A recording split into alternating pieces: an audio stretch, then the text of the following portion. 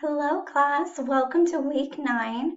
As you can probably hear, my voice isn't the best. I am actually recovering from laryngitis. I got it last week. That's why we didn't have a lecture video. I'm sorry about that. I find it kind of funny that I will be talking to you today about vocal delivery with my voice being very froggy-like. I do apologize for that. I will try to re-record this lecture in case you need it for later in a few days, but I didn't want to leave you hanging, if you know what I mean. I want to at least give you some details of what we're talking about this week. Now this week, we will be focusing on examining our vocal delivery. We'll compare and contrast different styles. We'll kind of watch a speaker this week, and we'll kind of analyze his TED Talk. And we'll think about his voice and his different ranges and things we're talking about today. And we'll let you kind of analyze that. And then we'll assess our own personal vocal delivery, such as mine is not great. Again, I am sorry about that. Hopefully, I can get through this for you. A lot of the information I'm going to cover today is actually not from your textbook. Some of it is, but I wanted to at least give a shout out that I did give a lot of information from Dr. Campbell and his public speaking handbook. And I kind of wanted, yes, a lot of this comes out of your textbook, but he gave a few different tips that I thought I'd give him some credit, as you know, verbal citations. Now for today, I want you to think about how would you describe your voice? How would you describe your vocal delivery? If you're listening to this, you're like, oh my goodness, this is terrible. I can't listen to this. I honestly don't blame you. I wish my voice was better, but if you're sticking through it, I appreciate it. And think about how you describe your voice yourself. In your informative speech, would you say you were enthusiastic and had energy, or were you more on the side of being very monotone and hard to listen to? Now, I'm not doing a very good job. My voice doesn't let me get all crazy like I want to do so badly, which is why I'll re-record this later. But try to think about your voice and think about how it impacts you, how you are perceived from your speeches. Many times people have stereotypes that they bring into a voice, such as for me, I'm speaking a little fast, sorry, but for me, I was in news broadcasting.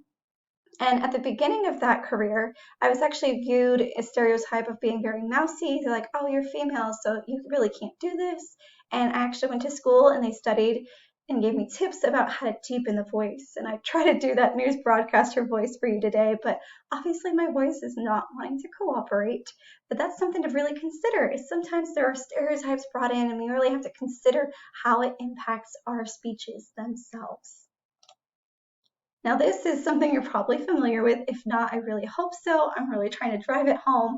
But to think about, to be remembered, is to remember our nonverbal communication meets almost 90% of all communication. Did you remember that question from the midterm? That's a lot. 90% is a lot, and this is kind of the breakdown again to try to help you out. But we're going to focus on this mustard yellow section, this beautiful, weird yellow. That is our vocal. That is 38% of our speaking, of our communication in our speeches is how we say things. And that's why I kind of wanted to bring that up. And I shared this title, Do You Want to Be Remembered? Is because a speaker who is judged as enthusiastic and spontaneous, where it's not rehearsed, they're actually viewed more interesting by the audience, and that can really engage them. And as you remember, the goal of our speeches is to engage our audience. And to be remembered is to have a good vocal delivery. On this next slide, this is what I thought I would try to do it. We'll see if I can do it, but it's about volume.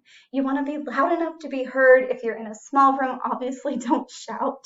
If you're going to give a job interview, I've had people in the past where I was on the panel and they literally screamed in the interview. Definitely awkward. Don't do that. That's not very good representation for you. But volume is the loudness of the speaker. Many times you'll be in a situation where maybe you have to give a presentation and you don't have a microphone. You have to kind of think about how loud you're going to get. But obviously you don't want to be overly loud where you're like that person in the interview and it kind of distracts the audience, which is why I have here the act of throwing a ball. It's kind of a muscle memory for you, which is why I say to kind of practice your voice and practice, making it louder, making it quieter, and using everything out loud. Because like that muscle memory with throwing a ball and reaching your target, the same will happen for your voice, which obviously right now I can't get too loud, or I would try to give you some really good examples, but hopefully that gives you some good details of what I'm looking for. Another one to think about, this is my biggest struggle because I get overly excited about this topic, is the rate. I speak very quickly. That is something that drives my husband crazy. My family and I were from New York. A lot of the things we say, we speak a lot faster than some of the people down here in the Midwest. And even though I've been here 12 years now, I still cannot break this terrible habit of speaking too quickly. But rate is the speaking of words from slow to fast. It's kind of how fast you go, which the average rate is 125 words per minute. And I share that because if you had any trouble reaching 4 minutes for your informative speech, this can be why, is maybe your speaking rate is faster and you spoke everything you wrote a little bit quicker than intended. And considering that can be helpful.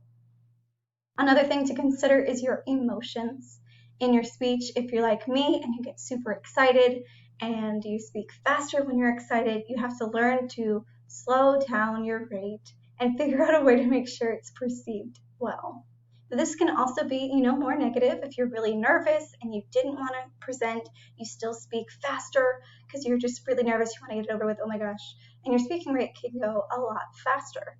And for that, for students like that, your audience may not be able to catch up with what you are saying, and it's really important to consider your rate. I'm so sorry for coughing, that's gross. But consider your rate to try to help your audience keep with what you are saying. Now, a lot of times in my feedback, which is why I have it on here, it's called paralanguage.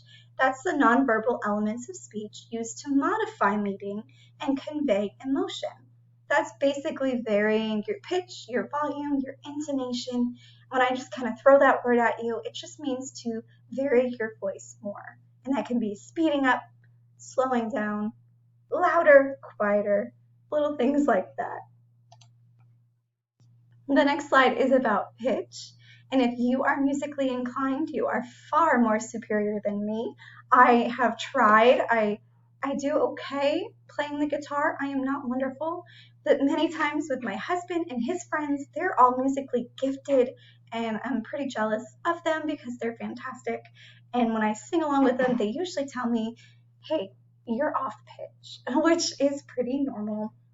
I guess for me, I hear that a lot, but it's really important to consider your pitch for your speeches, such as if you're, too low on the scale or too high, it can really distract your audience. Finding that good pitch is a good way to go, but you also want to vary it.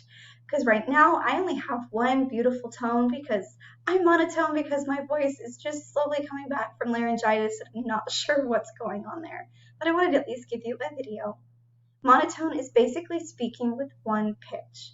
If you've ever seen those commercials, look them up if you haven't, where it's for Clear Eyes, and the guy's just talking, Ben Stein, I think.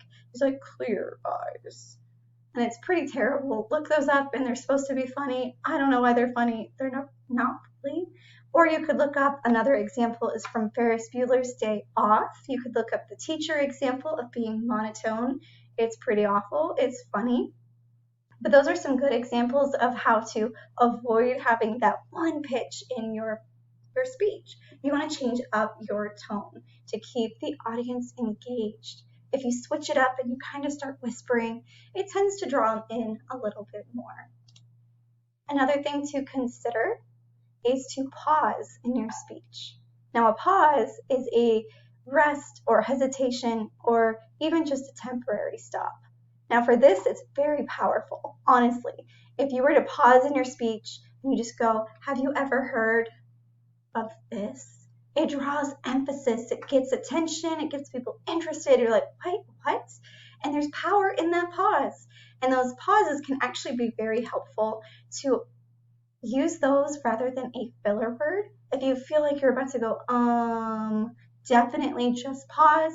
Don't say anything. That'll help keep that filler word back, hopefully, and that will actually make your speech more powerful. Now, a pause in your mind feels a lot longer than it is as you watch it. If you watch your speeches back, you'll kind of see things are going a lot faster in our minds while we are presenting. That kind of leads us into this, which is filler words You really want to avoid these if you can to help you sound confident and prepared. There are a ton of videos you can watch online on how to avoid filler words. There's some good tips out there, but some of the most common are you know, sort of, so. That's mine. I use so a lot. Actually, literally. Sometimes I don't hear that one quite as often anymore. Basically, right? I'm telling you, that's a weird one. That's actually my 3-year-old's filler word. He'll sit there and be like, I'm telling you. And then he doesn't say anything. It's really weird. He's an interesting fella. And then the last one is, you know what I mean? Those are a few that I found online are actually some of the most common. But for this class, I think it would be more the so, some of those more common ones. I'm not sure why the list gave those, but that's a few good examples of filler words. But some ways to kind of avoid that is to really think about, here I'm sharing why, it shows hesitation and it can make you feel confident, things like that. I'm actually going to skip out of there. All right. How do you avoid those filler words? If you're about to say, what can you do for your speeches? My biggest tip, I know it's silly, I probably said it too much, is to practice your speeches out loud. Practicing out loud, you'll be able to hear, hey, I just said and you'll catch yourself. And if you ever watch someone else start listening to everyday conversations and see how often it is used, it's insane.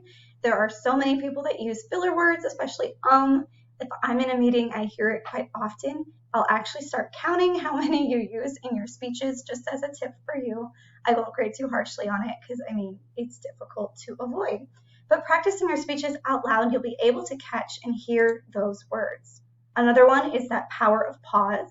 Instead of having a filler word, you just pause. It feels awkward, but it works. If you pause instead, you actually seem more confident. If you're in an interview, it means that you're knowledgeable and you're thinking. Pauses are pretty helpful for that. Another way that you can do it, like I kind of mentioned, is to practice it in everyday conversations. I actually challenge you to go and think about what your filler word is. Would you say yours is like mine and it's the so, or are you more of the Really catch what word you use, kind of highlight it in your mind and think about it, and then start seeing how you use it in everyday conversation and start to try to not use it. One speaker shared this weird tip of, if you're in a conversation, definitely give them a heads up first, but if you're about to use a filler word, just go pause instead of saying the and it feels weird because obviously that's awkward. If you're in a conversation like, hey, have you ever thought of pause? That's weird, but it'll get your brain thinking, hey, that's not a good word. And then eventually you can take that out and not be so awkward and just say pause in your mind. And then eventually you just have quiet silence, which is actually good versus the filler words. It's a weird tip. It works sometimes. We'll see. Let me know in the discussion this week if you have better ideas for avoiding those filler words. I really do want to hear what you think might be helpful for you. Now this week we covered vocal delivery.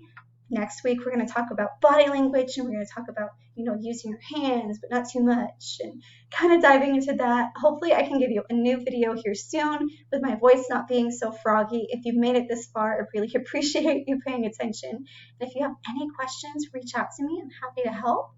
And for those still listening, next class, or next week, I should say, you'll actually be doing a children's story speech. You'll be reading a story as your speech, and you'll kind of introduce it, and then you'll use all these things we've learned about in vocal delivery, and you'll kind of talk about that speech. You'll read it, and you'll get it as animated as you can, and the goal is to be as crazy as you can with your vocal delivery for grading. But I wanted to give you a heads up that way you can start searching for a book if you want, start practicing now if you wish, and I wanted to give you some tips and a heads up for next week. Until